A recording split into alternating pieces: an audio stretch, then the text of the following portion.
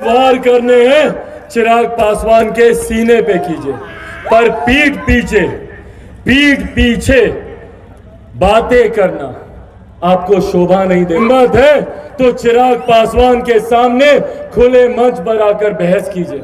चिराग पासवान आपकी नीतियों का विरोध करता है। मैंने कभी किस तरीके की ओछी टिप्पणियां करते मेरे बारे में, मेरे परिवार के बारे में, और उसके बाद वो बोलते हैं कि उन्होंने मेरे पिता को सम्मान देने का काम किया। कल जिस तरीके से, जिस अभद्र भाषा का इस्तेमाल चिराग पासवान ने, कभी उनके बारे में कोई व्यक्तिगत बात नहीं।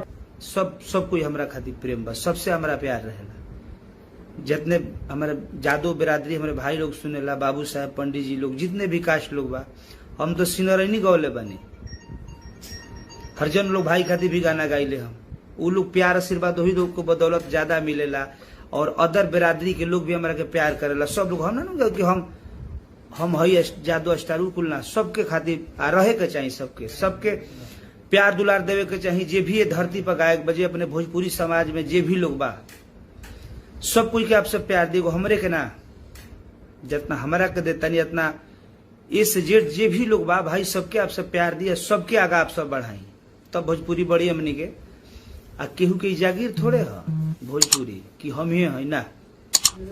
सब कोई आवेला, जेकरा जितना जेकरा का माई सरस्वती देवेली, ए गला से कंठ से उतना उगावेला।